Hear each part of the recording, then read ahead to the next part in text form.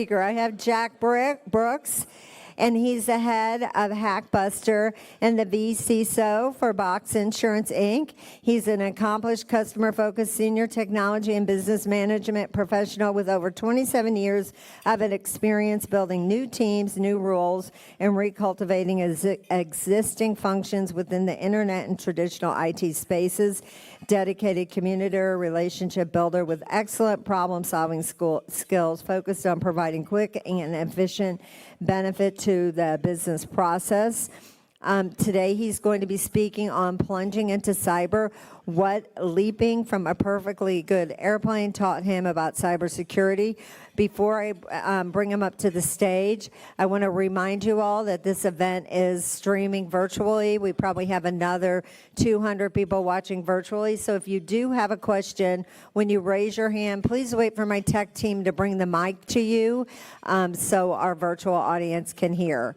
So with all that being said, let's welcome Jack Brooks to the stage.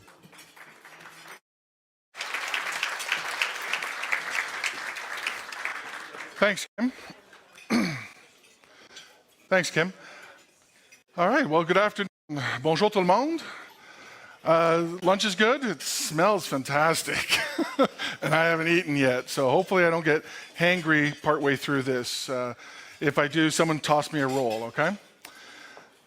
Anyway, so I'm here to talk to you a little bit about cyber. I'm going to try and make this fun. I understand, I mean, it's lunch. As the lunch starts to settle, we're all going to get a little sleepy. Hopefully my story will be a little bit more exciting. It will keep you entertained a little bit. But actually, we're going to look at it a little bit differently. And really what I'm trying to get across is cybersecurity is a team sport. All right? So before I get into the story, a little bit about who I am, where I'm coming from. So I work for BOXX Insurance. And who's excited to hear from an insurance guy? Yeah, me either. I'm not really an insurance guy, so that's okay. But anyway, BOXX Insurance, we have three main products. We've got your typical corporate cyber insurance product. We have a home or personal cyber insurance product, as well as a product for companies who either don't qualify for cyber insurance or for whatever reason they don't want to purchase it. Maybe they've had an event or they just find it too expensive. So that's that about BOXX. If you want to learn more about that, see me afterwards. Happy to talk about it. A little bit about me. I was really happy to hear 27 years. I guess that was an old one. I'm actually in my 34th year in IT, so I've been around for a bit. Seen a lot of change, obviously. And what I do right now is as the head of Hackbusters, like what does that really mean? What my team does is we're responsible for prevention, prediction of threats for our clients. So we look for any vulnerabilities that they may have that we see publicly. And of course, if they were to have a breach of some description, then we're looking to also help remediate that for them. Now, enough about that sort of stuff. So, plunging into cyber. So yes, I did jump from a perfectly good airplane. I was young, stupid, a little bit more svelte, of course. But it was sort of the early 90s. A buddy of mine and I, we were just finishing university, and we thought, let's do something exciting. Let's jump out of an airplane.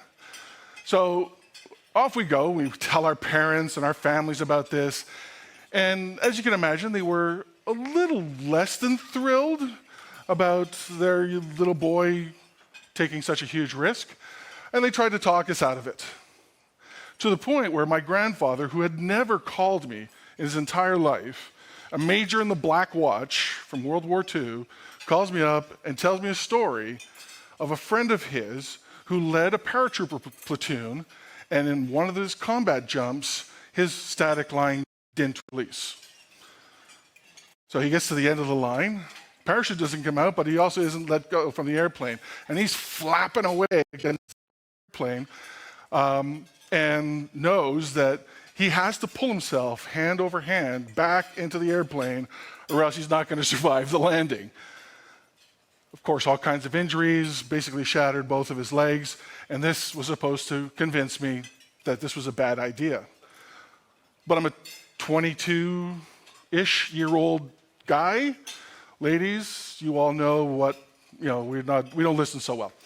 Anyway, so we go through all the training, a couple of weeks of in-class type work, and we get to the last day, and they're going through all kinds of emergency procedures, and they're throwing pictures up on the wall and of different parachute configurations and what do we need to do to clear that situation and all that.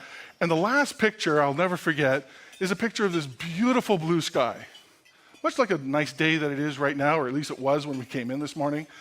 Right? Blue, nice white clouds. And we're all sitting there looking at this picture, and we don't see a problem. There's no problem. The instructor is disgusted with us. There's no parachute. It's time to pull the emergency, right? So the emergency, pulling your emergency chute is one of those things you want to be able to do when you're really anxious, like things have gone really badly if you're pulling that emergency chute. And they drilled us over and over and over. They would be talking about something and all of a sudden someone would say emergency chute. And we had to immediately be able to go, look, identify, left thumb, right thumb, pull. I mean, we're almost 40 years on? I still remember it, right? So off we go, all the training is done, and it's now time to do the dryland training. Now, what does any of this have to do with cyber, right? Other than it, trust me, it's kind of an interesting story. But what does it have to do with what we're here to talk about? And really, we're talking about risk management.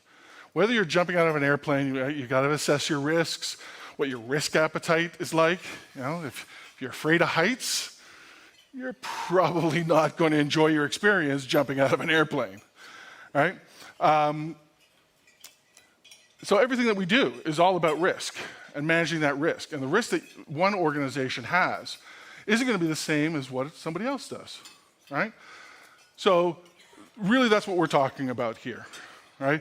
And then understand the different groups and the motivations that they have, right?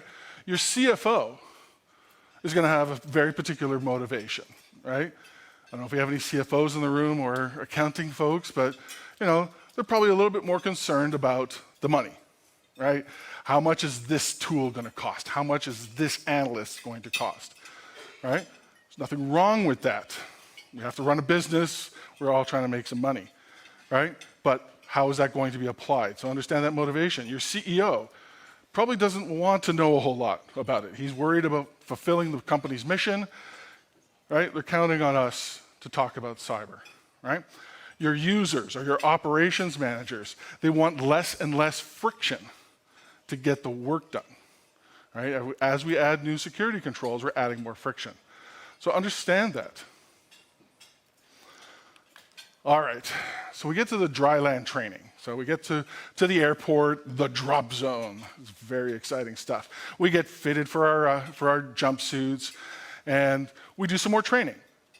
Right? They teach us how we're supposed to get into the correct position.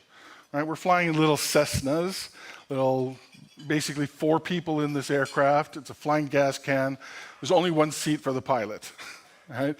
So we go through all kinds of training, how to get our arms just in the right position, get our feet in the right spot, and how to jump off of the airplane to make sure that we have a good, solid release and everything is going to go well. So through this whole process, originally my buddy, Colin, he said, I want to go first. That's okay, no problem. But through this process, he decides, no. If I go first, I'm afraid I'm going to chicken out. Or if I go second, sorry, he didn't want to go first. He was afraid that he was going to chicken out. So now he wants to go first. Not a problem. You can go first. So none of this made it all seems totally normal to me. Until we got into the airplane and we're starting to taxi towards the runway, and I started thinking, am I insane? What am I going to do? Anyway, so again, what we're trying to do here is define and build our security posture, right? So we went through all kinds of training to get to this point, right? Do you have all the components that are needed? There's some obvious things you need if you're going to jump out of an airplane. Parachute's one, just in case nobody knew. Parachute, very important. right? You need an airplane, you need different safety equipment, a helmet, goggles, if you want to be able to see anything in the high winds, that kind of thing. It's the same thing with cyber, right? Do you have a good understanding of all the components it takes for you to run your business, right? In one of the previous talks, it comes up a lot, right? Asset management. Do we have a good inventory of the assets that we're trying to protect?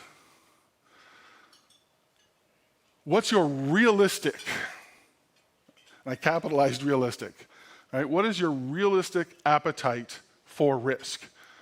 The number of CEOs or senior executives that I talk to on a daily basis who say, we are very comfortable with risk. And then you talk to that same executive months later when they've fallen victim to a cyber attack and they are literally panicking 30 seconds after they find out it's a cyber attack. And they cannot be down for another minute. That's okay, right? But that decision that you made that you were okay being down and your people will rally and will support your customers, and if you're down for a couple of days, it's okay. Well, that's a very different way you're gonna fund and work on your security posture and the security controls that you're going to implement than, you know what, if we're down for an hour, I might be okay, but 2 hours, I might have a heart attack, right? So be realistic, right? What kind of experts do you need, right? So I have a bit of a controversial statement I'm going to make, right? Most of us, unless this is what we do day in and day out, most IT professionals don't really understand what's required for cyber, right? Sure, we can figure it out. Like, I used to run IT teams, right? And I've realized that, you know what, your internal team, even some of the security guys, they're really good at keeping those businesses up and running 24/7, 365, dealing with smaller events. But when something really serious happens, or you're putting in a brand new technology, a lot of times it's unfair to ask them to be able to immediately burst up to that experience. Can we figure it out? Of course we can, right? It's how we've built our careers. But especially in a cyber event, right? How many cyber events do most of us go through in a career? A handful over 20, 30 years, right? In that sort of scenario, you need people who are doing this day in and day out, because the attack vectors change, the methods that the cyber criminals use change and evolve, right? You need people who can respond. Now, I will caution you, there are a lot of IR firms out there that will say, okay, you guys run the environment, you go sit in the corner, think about what you've done, and we'll let you know when you can come back to and work on this stuff. If that's the IR firm that you've got, find a new IR firm, all right? You should be part of the process, but make sure that you're getting some people that can help you and have experience with this. Trust me, over probably 200 events that I've helped manage, every single time you bring in an expert, you get it done faster and you get it done cheaper. All right? Now, enough on that. So what tools do you really need, right? There are a lot of amazing tools out there. We've got a bunch in the next room, right? But are they all the right tools? Like, does everybody need the same tools? No. Take some time to understand what it is that you need from your tooling and choose the right tools for you, for the risk profile you've got, the type of systems that you've got in place, right? Do you have a bunch of servers that you manage? Or are your offices essentially glorified coffee shops? Right?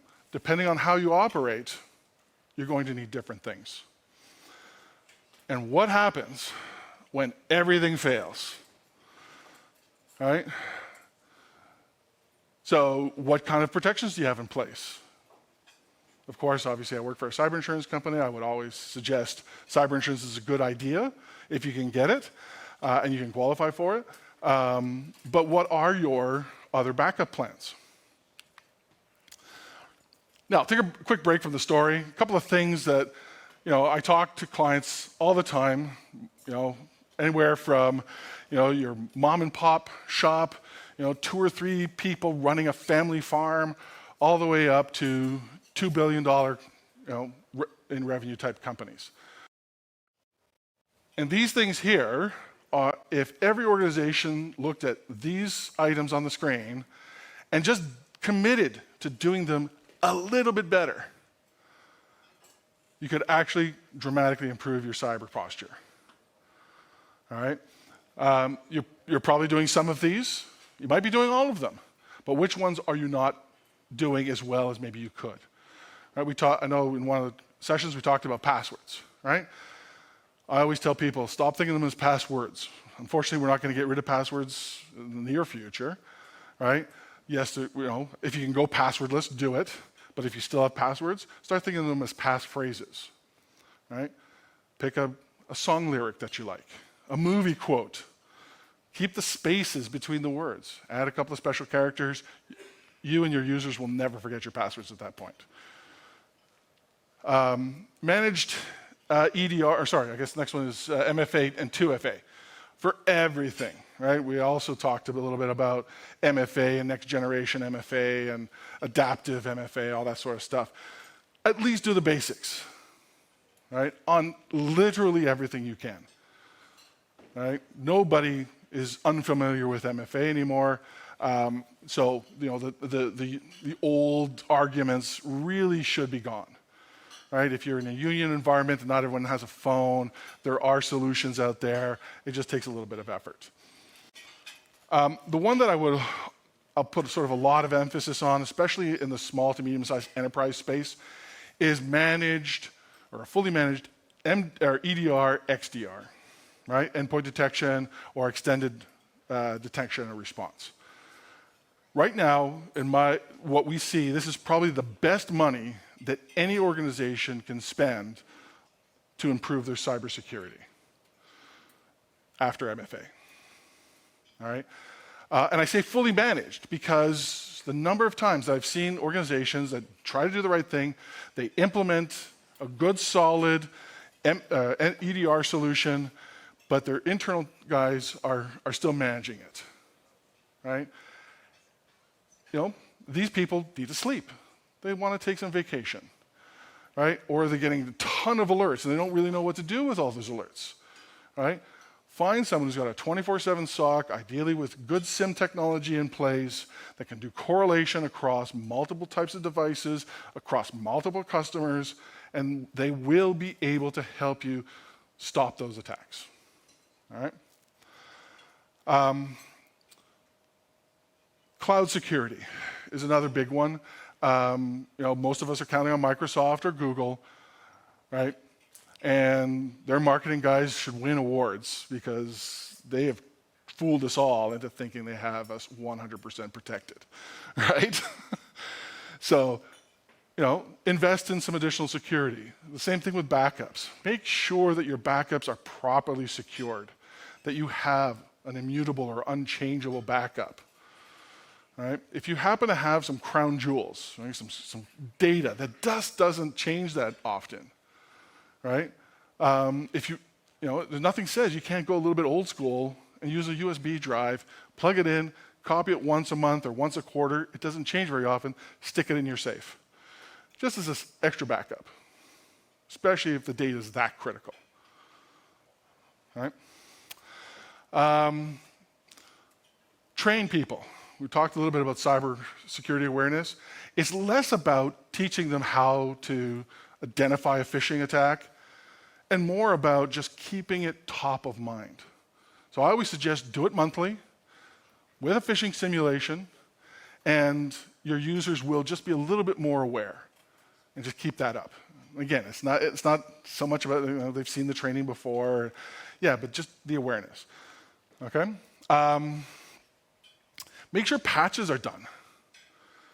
I don't know why, but Canada is #1 in the world at not patching our computers. And by a couple of percentages. I don't know why. Maybe because we think we're nice people and who would want to attack a Canadian? I don't know. we are nice people, but the bots don't care, so patch your systems.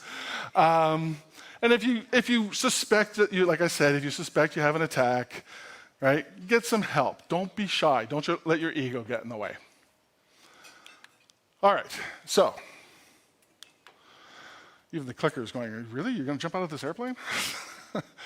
Anyway, so off we go. We're in the air now, and everything's great. We get up to about 3,000 feet, and the door opens.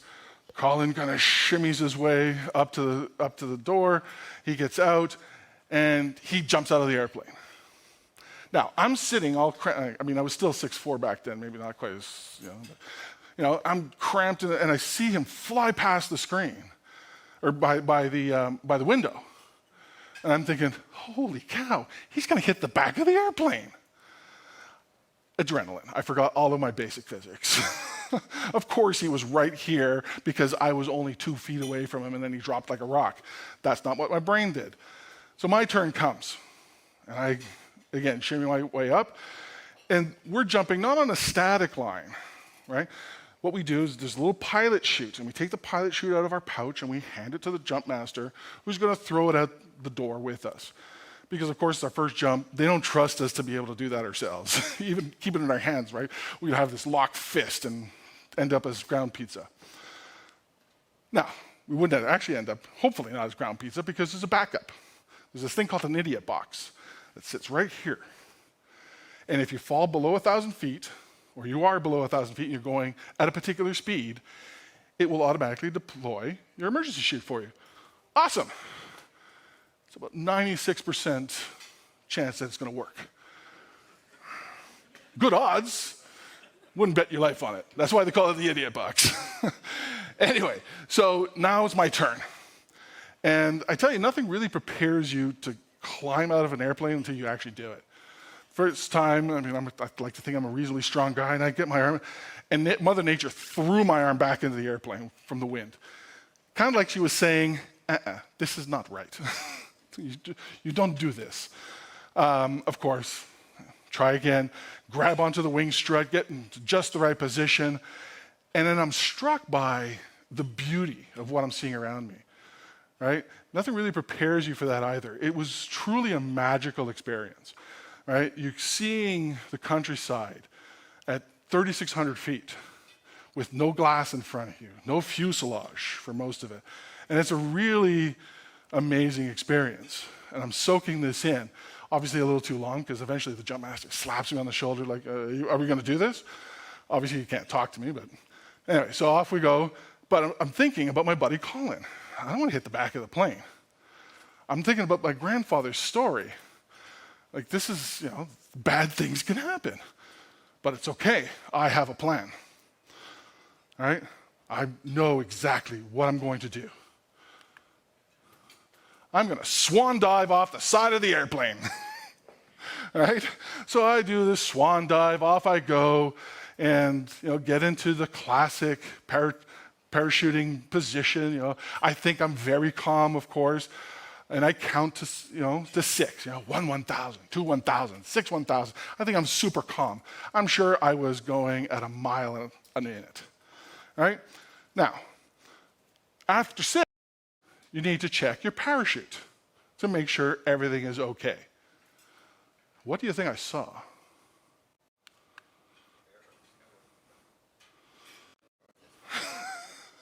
Right? Remember the last class? Blue sky with nice wispy clouds. That is exactly what I saw. Things are getting a little bit more intense now. All right, as the saying goes, no plan survives contact with the enemy. All right, so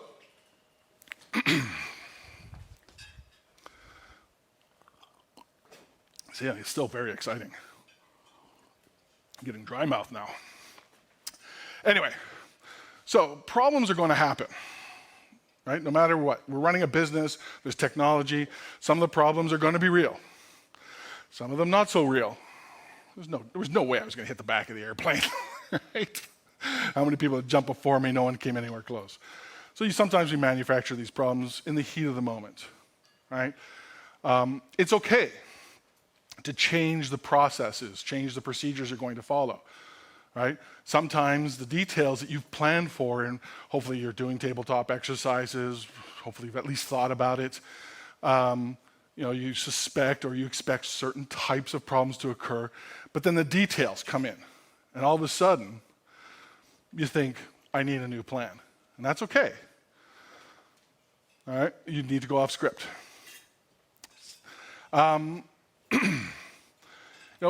As leaders in this world, and if you'll excuse the pun, right, we have to try to avoid jumping to conclusions, right? At least prematurely, right? So we need to really look at what's going on, right? And be prepared that some additional threats might be showing up, right?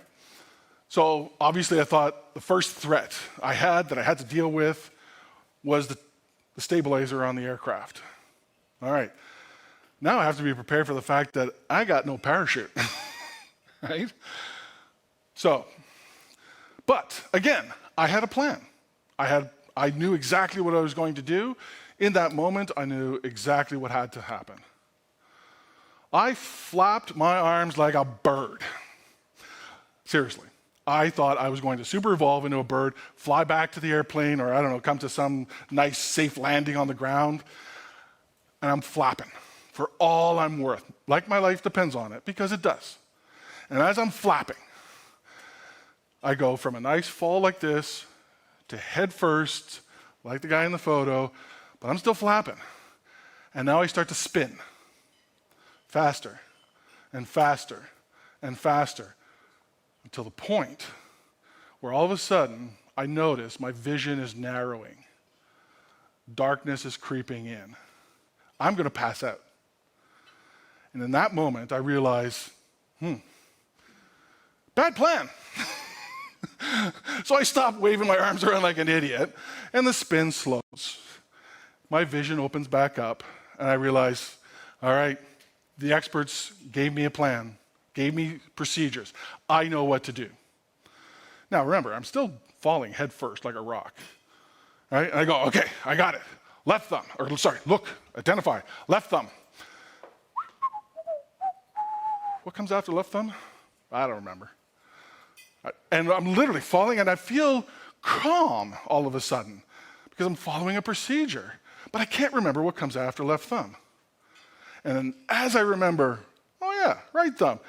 And my right thumb goes into the metal ring to pull my emergency chute, the main chute opens. All right? Now, talk about being euphoric. I went from, I am going to die, to, I'm going to live. All right? So, sometimes we're going to make choices, right? In the heat of the moment, you're going to say, you know what, we're going to charge off on this path. I think I know what the solution is, that we're going to be able to recover from this event really quickly. We're going to get all of our data secured, get those cyber criminals out of our environment. Let's go. If it's showing you that it's not working, do not let your ego get in the way and say, I decided this. I'm the leader. I'm supposed to know what I'm doing. I thought this was going to be the right plan. I've seen so many good people commit to something, and it's not that it was a bad idea. It's just it wasn't going to end up working in that scenario. So don't let your ego get in the way and commit to that plan too long that you actually end up extending how long it's going to take to recover. All right? Problems need fast action sometimes. Obviously, I'm plummeting to the earth. I've only got 27 seconds. From the time I let go of the airplane to becoming ground pizza, 27 seconds. Not a lot of time to make decisions. Thankfully, in a cyber event, you've got a little bit more than 27 seconds, but we really don't have a lot of time to waste, right?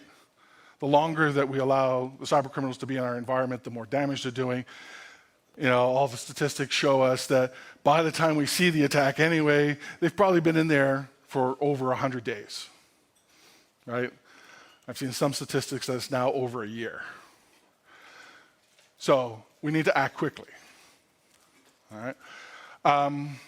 Adapt, right, as I was saying, and don't trust to luck, right? Yeah, I had the idiot box. I guess I could have just like, and hopefully it would have worked. But, don't trust to luck.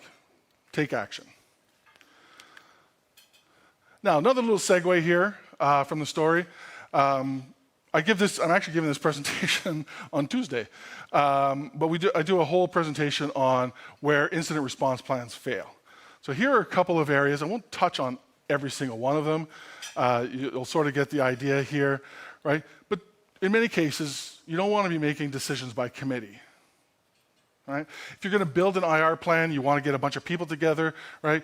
That's one of the other ones. We want to make sure that we bring a lot of people to the room so we get their perspective, so that we know that each of the business units that we're serving are going to be properly represented in the plan. Right? Because you can't recover everything at once in a lot of cases. All right. Here's another one. Lack of a prioritization or a severity level. Right? I see a lot of plans where cyber attack, and we're just going to charge off and do something. Right? So think about this as different types of fire, if you will. Right? If you've got a small brush fire, some leaves caught fire in your backyard, sure, you can whip out the hose and take care of that. No problem. Right? It's the same sort of thing in business, right? You have a small virus outbreak, even if it's a small ransomware event, it's relatively contained, you've got some tools in place that locked it down. Go ahead, deal with that. Right? Maybe the kitchen's on fire now. Right? That's a lot more serious. If you've got one of those fire blankets or a fire extinguisher, good. We obviously all should have that in our homes. You can deal with that. It's the same thing with a larger cyber event, like a medium-sized one. Sure, you can probably deal with that in the moment. But with that fire, I don't know about you, but I would still be calling the fire department. I've dealt with it as best as I can, but we don't know what else is going on behind the wall, for example. It's the same thing in those events. You probably want a third party to come in, have a look at what you did. Have a look at what was there before. Did you really deal with it? Right? And of course, if the whole building's on fire, well, 911, right? Get the expert help.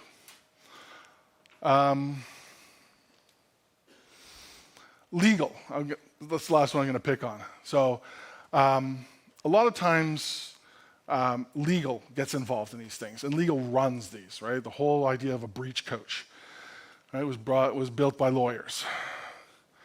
Of course, we need lawyers in these sorts of scenarios, but I would suggest to you that having a lawyer leading a cyber event is not the best use of their time, the money that you're spending on them, and generally I'll be bold and say it will slow things down. All right? Have the lawyers do what the lawyers are good at. If you've got private data that's, information that's been exposed, or health data, or sensitive data, you need to report to a regulator of some description, get the lawyer involved. They're going to help make sure that you're nice and protected. But when it comes to identification, containment, ejection, recovery, have someone who understands these things lead that effort. All right? Okay. There's a whack more in there. You guys can read that, I'm sure. Now, this could be the end of the story, right? I've had some crisis, but there's more. All right?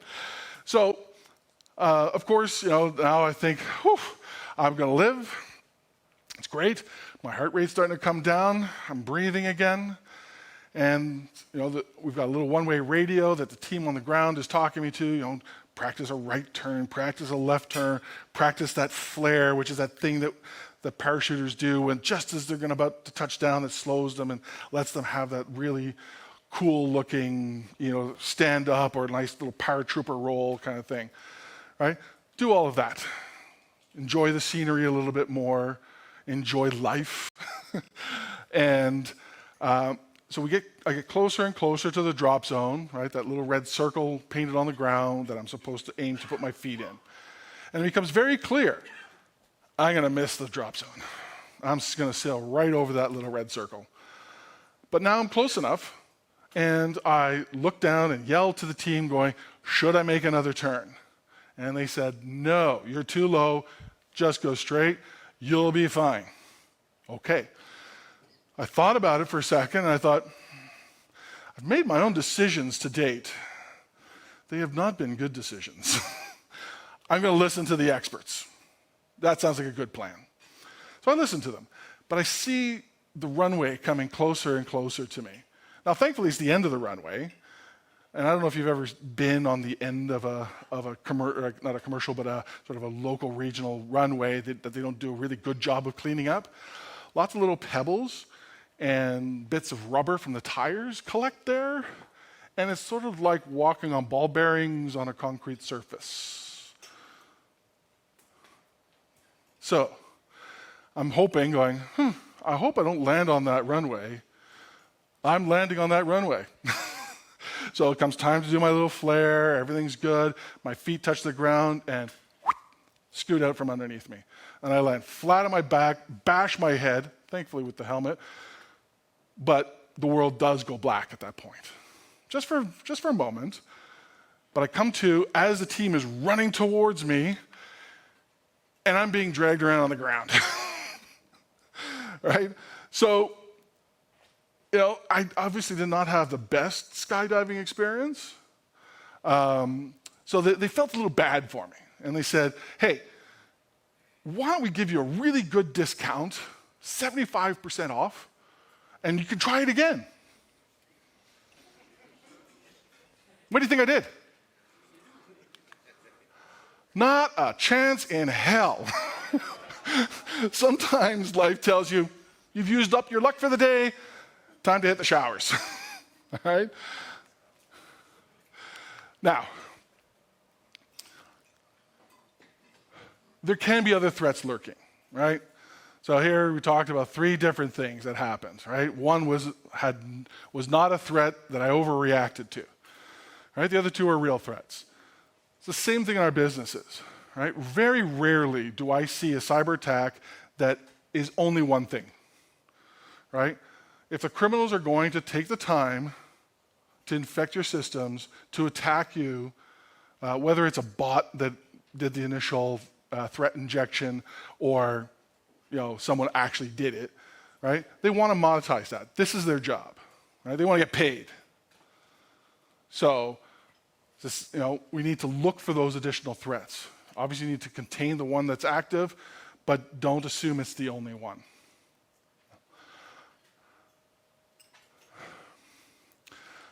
There's always going to be surprises as you try to recover. Things are going to come up, right? You're going to find that there's some data that you thought was probably backed up is not backed up properly, or it's become corrupted. It takes longer to do something than when you practiced it. Be ready for that. Adapt as you need to. All right? Success is relative, right? When I first went up in the airplane, my goal was I was going to do that perfect paratrooper roll, and everything was going to be great. And in the end, really, I was just glad that I lived through the experience, right?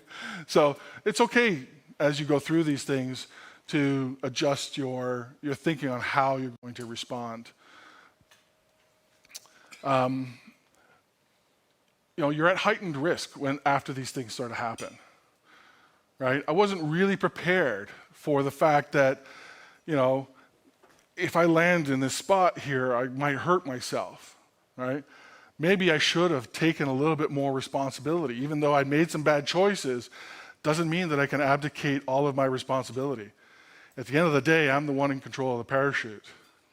I could have made a little bit of a right turn or a left turn to make sure I didn't land on the hard surface and knock myself out. It's the same thing with what we do, right? Maybe you made a bad choice. Maybe someone's advising that you should do this. If you don't think it's right, it's your responsibility to say, I don't think that's right. I think I need to do something else.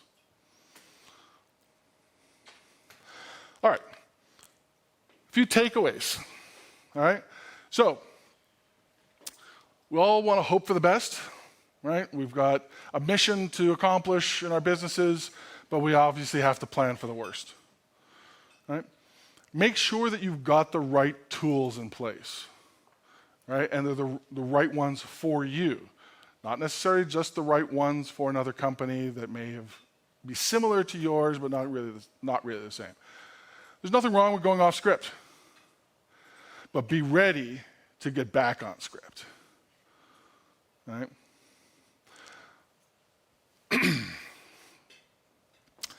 Security is a team sport, right? There's no way that I could have jumped out of an airplane by myself. I guess I could have went and bought a parachute and bought a book off of Amazon or something. Actually, Amazon didn't exist back then. Go to the old bookstore, right?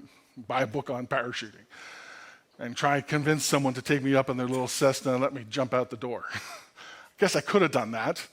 Wouldn't have been smart. Some may argue even doing it with the experts was maybe not smart, but anyway. But use the team at your disposal. And guess what? Your team is going to make mistakes. It's okay. But just be ready to recover from those mistakes. Don't dwell on it, right? Take action. There is no room for ego in this space.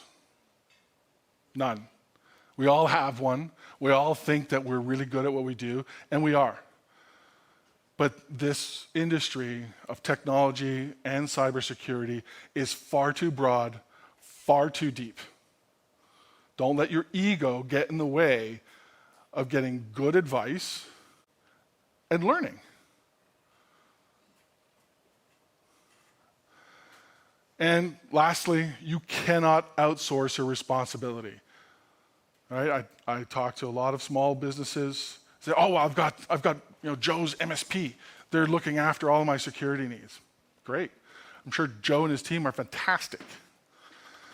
Still your responsibility to make sure that your business is running properly and that your business is properly secured. All right.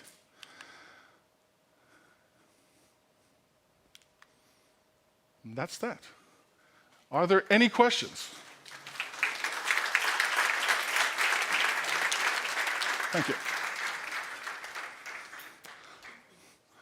And I learned, Kim told me, Mike told me, oh my gosh, I forgot his name again. Lorenzo told me, wait for the microphone to get to the person who asked the question so our people online can hear the question. Please, sir. First of all, thank you very much for the great story that you've done. My question to you is from the insurance world. Yeah. You've been insuring cybersecurity. What's the security control that is most neglected and actually caused issues that you had to reimburse a claim? That's huge. Everyone hear that question? What's the most neglected security control from a cyber insurance point of view? I would say, honestly, and it actually pains me to say this, but MFA, not being properly deployed and implemented, right? Those of us who work in a Microsoft environment, right? You can enable MFA. Job done. You need to enforce it, right?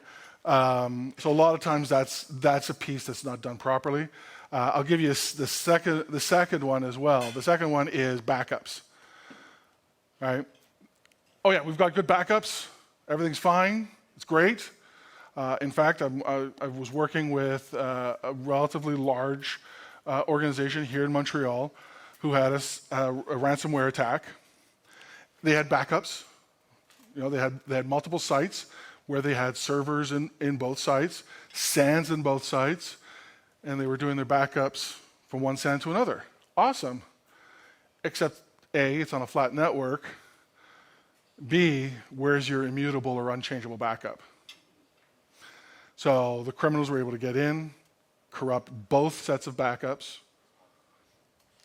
and they had that's where they had the crown jewels there as well, and in the end, they had to pay the ransom. So Any other questions?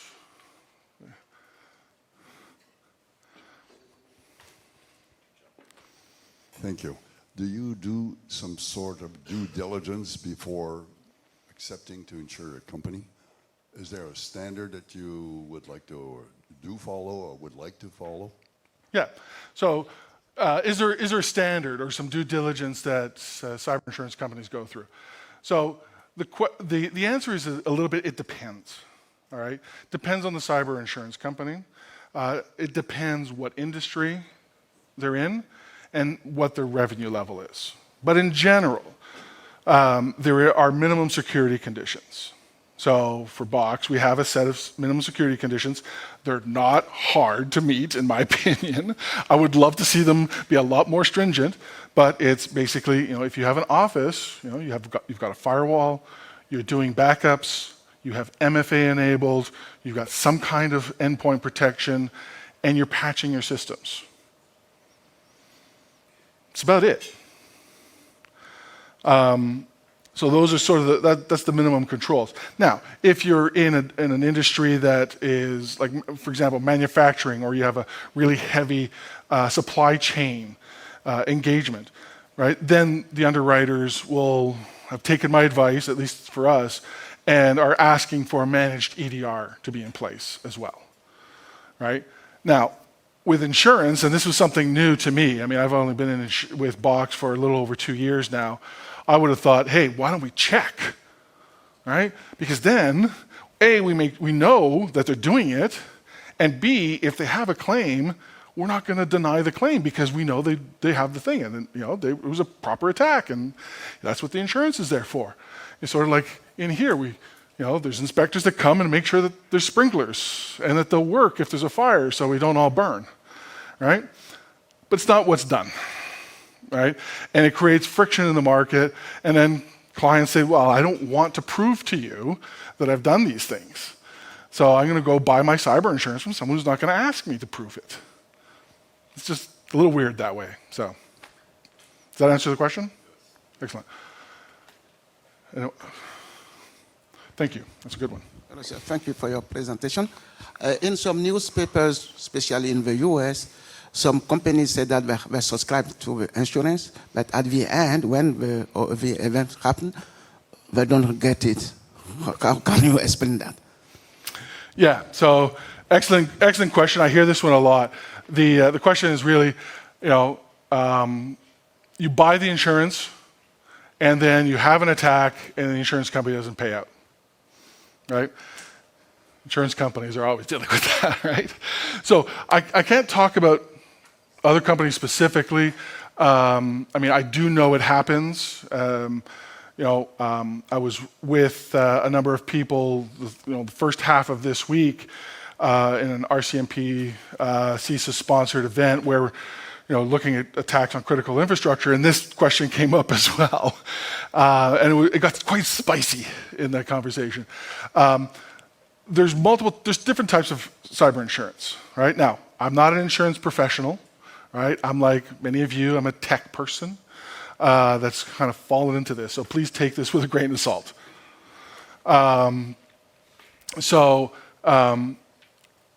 There's different types of insurance, right? So you've got those that you sort of add to your other types of business insurance, right? Those are often, you've got a vendor or you're part of a supply chain and you have to put a check in an audit box that, yes, I have cyber insurance of X millions of dollars. Fine. A lot of times those ones have a lot of limits. They have a lot of caveats in the policies, really designed in many ways to not have to pay unless it falls into a really prescribed kind of area. Now, what I can tell you from firsthand experience of what we do, all right, so there's those controls. And if those controls are not in place, then maybe there's a problem. Doesn't mean that there is. So, for example, the one I talked about with that ransomware event and the backups, because they didn't have the backups, right? If they'd had the backup, they probably would not have had to pay the ransom. So we reimbursed them for everything except the the ransom so that they could get their data back. I had another client out in Vancouver that's a relatively small shipping company. They had said, yes, we've got MFA on all of our accounts. They get attacked, ransomwared again. We go in, help them fix it. They have MFA on nothing. All right? Someone had turned it off. It was a mistake. But here's the thing. The criminals did not get in because of the MFA. We paid the whole amount. Right? So that's one of the things you want to look for, right? So that's why it's like, yeah, of course. I mean, I have a bias from an insurance, but there are good cyber insurance companies out there. Look for one that's going to partner with you, right? We'll help you say, look, do these sorts of things, right? You need some help finding some solutions. Here are some solutions that we know work, right? Maybe they can get you a discount. Maybe they can't. But at least the insurance company has looked at it and says, yeah, this works. And don't just go for the cheapest. Cheap doesn't always work, right? It's sort of like if we tie it back to the story, right? Yeah, are you going to go for the cheapest emergency parachute? You hope you never use your insurance, but if you do have to use it, you want to make sure that it's there. Anyone else? It's okay. I'm perfectly comfortable with awkward silence. Did you jump again? No, never. I won't even bungee jump. We went to Australia and we talked about it, and I said, "No merci, pas pour moi." Exactly. I will watch somebody else. What was a little scary is my son really thought about doing it, and I wasn't sure that I was good with that. Okay? All right, well, thank you so much again. Merci beaucoup. All right, so I will be around a little bit. If you didn't want to stand up and ask a question, I will be around for a little bit, and then I have to fly back to Montreal, hopefully not get sucked into a tornado. But I will be around for probably about another hour or so if you want to chat. All right, excellent. Thank you again. Thank you, Jack. Thanks, Kim. All right, everyone.